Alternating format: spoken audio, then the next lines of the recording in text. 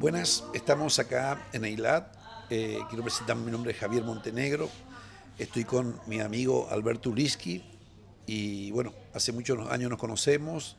Estamos acá en Israel y el propósito de este video es por contarle un poquito porque justamente nuestro amigo Alberto vive en uno de los kibbutz que tuvo la bendición de parte de Dios de que no hayan sido alcanzados. Estamos hablando de estar en la frontera y bueno, él va a contar un poquito para poder conocernos. Y bueno, Alberto, quiero presentar acá a todos los que nos están viendo y bueno, gracias por este tiempo. La verdad que es una bendición poder estar. Gracias por el tiempo que nos das y queremos sobre todo contar un poquito lo que pasó. Si nos puedes contar, Alberto, cómo fue ese día, el 7 de octubre, que llamamos el Sábado Negro aquí en Israel.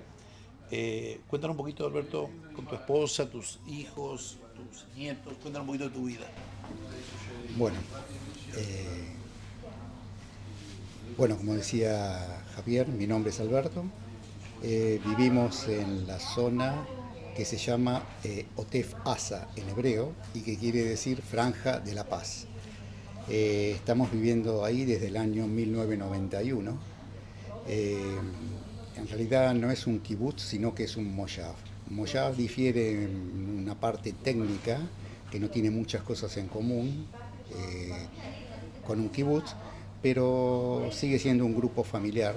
Somos aproximadamente unas 110 familias y estamos a unos 4,5 kilómetros de la franja de Gaza.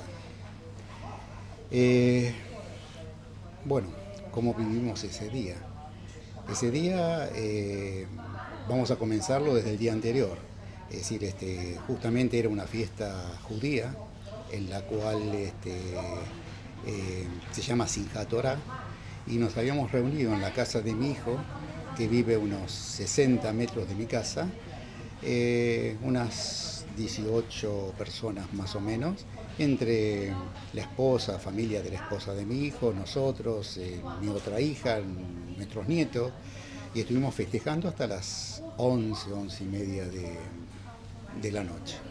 Bueno, nos fuimos a dormir y a la mañana siguiente, a aproximadamente 6:20 de la mañana, empezaron a sonar las alarmas y empezaron ruidos que no eran muy comunes. Es decir, nosotros vivimos en ese lugar desde hace 20 años, ataque desde Gaza con misiles. Y pensamos que esta vez era algo igual, es decir, que era suficiente con entrar a la sala de seguridad, al búnker que tenemos dentro de la casa, y cuando nos avisan en el tiempo necesario, teníamos siempre 15 segundos para entrar, y después de escucharlo el boom, que era cuando había explotado o era tomado por un cohete nuestro antimisiles, es decir, podíamos salir. Entonces pensamos que era así, pero no fue así. Es decir, a los 10, 15 minutos de este bombardeo de misiles infernal, porque fueron 40, 50, no recuerdo cuántos juntos, cuando nunca fue así en esa zona, se tiraba más espaciado, y automáticamente se nos cortó la comunicación con el mundo exterior. Es decir, no había televisión, no había, por supuesto no había luz, no había internet y tampoco había teléfono. Es decir, que quedamos en prácticamente en comunicación. No sabíamos bien qué pasaba, pero se escuchaban muchos ruidos y algo fuera de lo común, es decir, tableteos de ametralladora, pero con pausas. Es decir, en realidad no sabía lo que estaba pasando. Este, Mi hijo, que vive cerca, se acercó a decirme de que también estaban incomunicados y que escucharon por uno de los teléfonos que tuvo un poquito de señal de que en el Moyaz de enfrente nuestro, es decir, a 50 metros cruzando la ruta, Es decir, habían atrapado a 5 terroristas. Bueno, siguiendo la lógica de siempre, de 20 años que sufrimos los ataques, pensamos de que era una facción terrorista que entraron y bueno, que fueron atrapados. Es decir, no más de eso. Eh, a todo eso, mi hijo que tiene nenas chiquitas y mi hija que también vive en el mismo Moyaf, unas 5 cuadras aproximadamente, 500 metros, este, cada vez que hubo de ese tipo de ataques con misiles, es decir, al tener chicos chicos, también mi hija tiene 3 chicos chicos, es decir, salen del Moyaf y suelen irse a un hotel, en un lugar donde sea más tranquilo para que los chicos no sufran el impacto de los bombardeos, las alarmas, que es muy traumático. Bueno, bien, entonces al otro día, estando incomunicados, porque no sabíamos más nada, solamente los ruidos, mi hijo con mi hija y todo un grupo de gente del Moyab salieron en caravanas, protegidos con el ejército, todo por un terreno de agricultura, es decir, hasta llegar a un lugar más o menos seguro y se fueron. O sea, cada cual a diferentes lugares. Mi hija se fue con su familia de su suegra, que está en otra ciudad, Beersheba, y mi hijo aprovechó para venirse a Eilat, que es un lugar donde siempre iba cada vez que bombardeaban, es decir, la zona nuestra. A todo eso nos preguntó a nosotros y nosotros pensamos que era algo como siempre, es decir, un bombardeo más en el cual entramos al búnker y salíamos. Y bueno, como seguíamos incomunicados, no entendíamos mucho qué pasaba, salvo los ruidos. Y en un momento yo tengo 3 perros, uno quedó dentro de la casa, los otros 2 cuando fue las sirenas y los bombazos se escaparon. Y entonces, en forma inconsciente o consciente, porque yo no sabía más qué estaba pasando, tomé mi auto y salí alrededor del Moyaf a buscar a los perros. De verdad no sabía lo que estaba pasando, solamente escuchaba. Fue cuando en ese momento vi desde arriba un helicóptero que estaba incluso no solo sobrevolando, sino que incluso disparando prácticamente de la parte nuestra digamos, al Moyaf de al lado, el de enfrente, que era aparentemente donde después se supo que entraron terroristas. Cuando volvimos, es decir, de no encontrar a los perros, a eso de las 11, 12 del mediodía, recién a las 2 de la tarde se pudo conectar la electricidad y pudimos enterarnos de lo que estaba pasando. Prácticamente quedamos anonadados, salvo que esto no era entendible. Y así estuvimos, ya con otras tendencias dentro del búnker y saliendo muy de a poco lo necesario.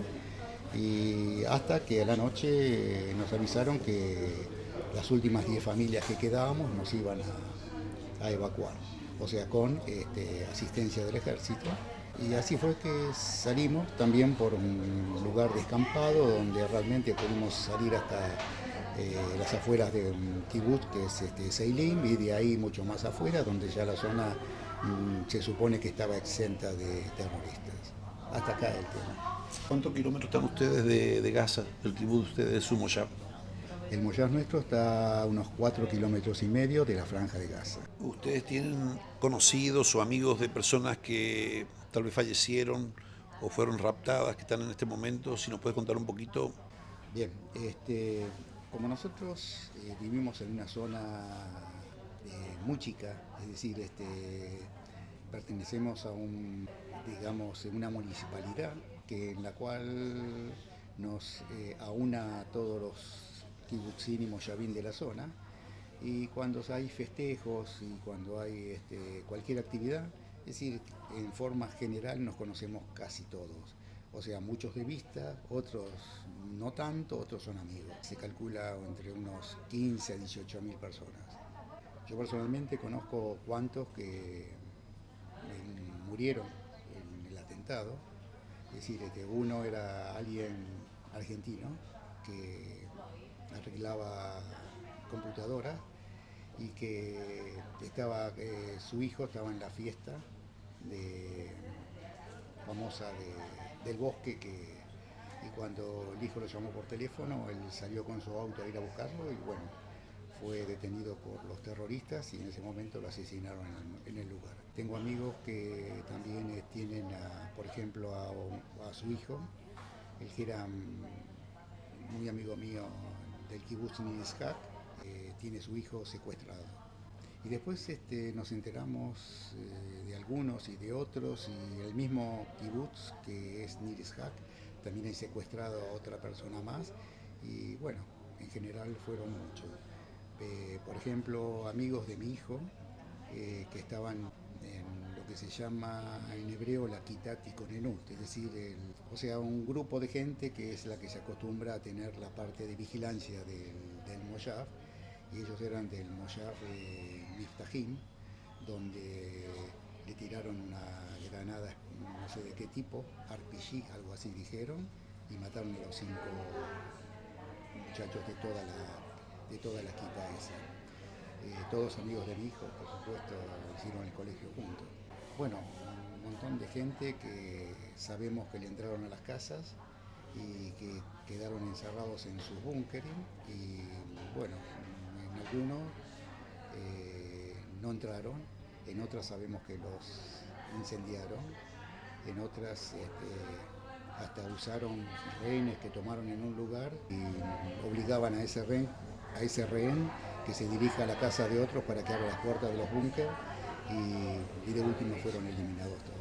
Estamos acá en Eilat, después de todo ese tiempo, digamos, ustedes vinieron para acá y cómo lo están pasando este tiempo, cómo lo viven ya estamos hablando de 42, 43 días, qué son los pensamientos de ustedes, piensan regresar, cómo están hablando con sus hijos, cómo sigue la vida después de todo esto, cómo lo están viendo. Nosotros salimos del Moshav el día 9, es decir, el día 7 fue el trágico sábado, y el día 9 salimos, incluso sin rumbo fijo, no sabíamos bien a dónde ir, y nos fuimos prácticamente con poca ropa, con lo puesto, lo que pudimos sacar en ese momento, incluso sin pasaporte, sin documentación, o sea, la de todos los días que llevamos encima, pero no con la documentación que quedó en casa. Y salimos a rumbo del Mar Muerto, pensando que es el lugar donde estaríamos exentos de los bombazos y de todo lo que estaba pasando. Y nos dirigimos hasta allá y estuvimos una semana en la cual el gobierno de alguna manera, no fue el gobierno sino en principio la municipalidad nuestra, es decir, nos cubrió todos los gastos de hotel y como mi hijo, el que había salido primero, se había ido había venido acá a Eilat, es decir, pedimos salir de donde estábamos en el Mar Muerto y pedimos el cambio a un hotel de Eilat. Y prácticamente estuvimos una semana en el Mar Muerto y estamos desde el día 14 o 15 más o menos acá en Eilat. También mi hija estaba en Eilat con sus hijos y su familia y bueno, estamos a la espera de a ver cuándo se podrá volver. Hasta el momento sabemos que la parte nuestra, que es el sur de la Franja de Gaza, es zona militar y por ahora estamos en los hoteles. Honestamente estamos bien atendidos, son hoteles de 5 estrellas, no hay justamente ningún tipo de reclamo porque somos muy bien tratados, pero el problema es anímico, es decir, todos queremos volver a casa, queremos estar en nuestra casa, y bueno, esperemos que algún día podamos volver a casa y esperemos que tengamos una paz duradera por mucho tiempo. Alberto, ¿qué diferencia haces en cuanto a los palestinos con Hamás? Eso también es como que una nación como que no se entiende. Si tú nos podrías explicar, porque Alberto por muchos años fue agricultor y has trabajado con palestinos. Sí. Y querés que nos cuente un poquito, si nos puedes aclarar un poquito. Bueno, esto es, digamos, hasta un poco de historia. Es decir, cuando llegué a la zona me dediqué a la agricultura y tuve durante bastante tiempo trabajadores palestinos, los cuales tenía que llevarlos y traerlos, o sea, desde la franja de Gaza, o sea que entrábamos dentro de la franja para darles el transporte que llegue. A veces llegaban con un taxi que ellos contrataban, o a veces los iba a buscar yo, y otras veces los llevaba de vuelta, y viceversa. La verdad que la gente que me tocó, gente trabajadora, gente de 10 puntos, cobraba su sueldo como corresponde.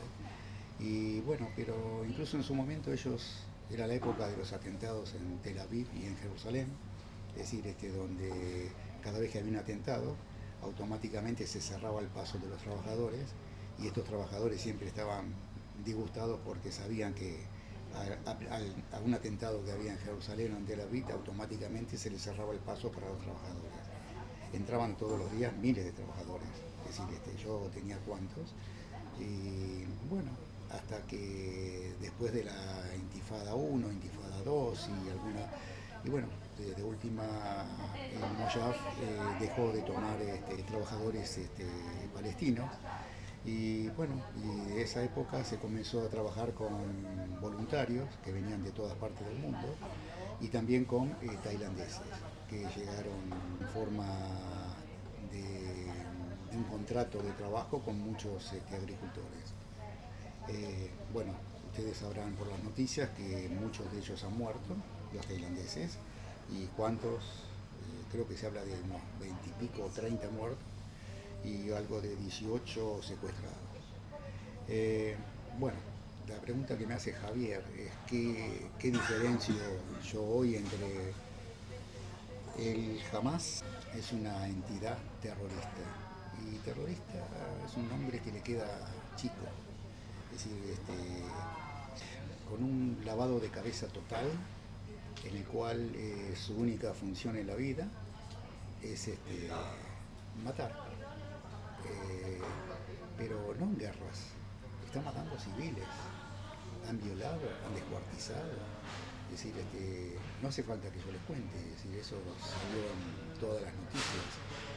Y lo que yo me pregunto, a raíz de la pregunta que me hace Javier, es: ¿diferencio hoy entre el pueblo civil y el Hamas? Y en algún aspecto sí, y en otro aspecto no. ¿Cuál es el aspecto de no? El aspecto de no es que, por ejemplo, ellos eligieron a Hamas en elecciones en el año 2007. El Hamas asesinó a los de la facción contraria, que es Al-Fatah, y tuvieron que salir de la franja de Gaza, y pidieron a Israel que le abra las puertas de entrada para que puedan venir dentro de Israel, porque eran masacrados por los del Hamas. Además, el Hamas desde el año 2007 domina la franja de Gaza y tira cohetes en forma indiscriminada a la población civil, que somos nosotros, es decir, justamente desde ese año. Y ha habido bandadas grandes de cohetes, chicas, medianas. Y la pregunta que yo me hago a partir de este fatal 7 de octubre, el Hamas, como organización terrorista y militar, necesita a quien le cocine, necesita a quien le haga la ropa, necesita a quien le haga la parte electrónica de toda la parte de comunicaciones. Es decir, todo eso es la población civil. O sea, no son Hamasnik, no son guerrilleros. Y si bien no incluyo a los 2 millones de palestinos, yo me pregunto, ¿qué pasó con esa chica alemana que raptaron? La llevaron desnuda por la calle de Gaza, y en la cual los mismos gazatíes que pasaban por ahí escupían y aplaudían y daban dulces entre ellos a los que festejaban esa acción. Y a mí me cuesta entender que gente acepte una cosa así y que después se diga que son inocentes de todo. Bueno, tampoco yo considero que hay que hacerle ningún daño, pero la pregunta del millón es simple. Hoy lo que se está hablando de que pobre el pueblo palestino, pobre los que se están muriendo. La pregunta del millón es: ¿qué debería hacer Israel después de la famosa matanza que hicieron el día 7 de octubre? Tendríamos que cruzarnos de brazos y decir, bueno, no acá, hasta la próxima. O sea, ¿cuál es el que está defendiendo que haya un alto el fuego? Que proponga una solución. ¿Una solución cuál? ¿Dos estados? Hoy con esa gente no se puede hablar. Estamos hablando de terroristas. Vos no podés hablar con un vecino que querés instalar un diálogo y te agrede y te pega o te tira cosas y vas de vuelta y te hace lo mismo y así con el tiempo. Y llega un momento donde decís, no, yo corto relaciones con este vecino, no tengo lo que hablar. Eso es lo que pasa a Israel con el pueblo palestino. Así que la parte de responsabilidad de ellos, yo la pongo muy entre comillas, o sea, no son totalmente inocentes, tampoco son totalmente culpables, y a lo mismo podría, entre comillas, a los altos mandos israelíes que permitieron que esta matanza ocurra, es decir, con una desorganización total que nos cayó de sorpresa a todo el mundo. Alberto, ¿qué mensaje tendrías para decir a las personas que nos están viendo? ¿Cuál sería un mensaje que tú darías? Porque se ha levantado mucho el antisemitismo en todo el mundo contra nuestro pueblo judío. ¿Qué mensaje tendrías para dar, para cerrar esta nota? Yo pienso que el mundo debería de entender que esta situación no es una guerra entre dos estados, es una guerra entre un estado y un grupo muy grande, muchos miles de ellos, 30, 40, 50 mil es lo que se dice, de terroristas. El terrorismo no respeta fronteras, no respeta acuerdos, no respeta absolutamente nada. Es decir, prueba de ello es la cantidad de rehenes que tienen y los cuales los utilizan, a la vez que también utilizan a su mismo pueblo como escudos humanos. El mundo tendría que entender, debería entender. O sea, no se puede solamente pensar que por ignorancia solamente hay que defender al débil. El débil no siempre es el inocente de esta historia. En este caso, si el débil es Hamás, creo que están apuntando al lugar equivocado. Muchas gracias, Alberto. Gracias por tu tiempo. Vamos a estar orando, ¿sí? Estamos orando mucho por todas las familias. Nuestro deseo es que pronto puedan volver a casa y todos queremos esa paz. La verdad que no sabemos cómo va a seguir Gaza y toda esta situación, pero sí quiero que sepa que estamos orando mucho. Todos los cristianos de las naciones estamos orando y queremos orar por esta paz que sea duradera. Así que gracias por tu tiempo. Que Dios te bendiga. Gracias por la nota. Amén. Gracias, Gracias amigo. Dios te bendiga. Gracias.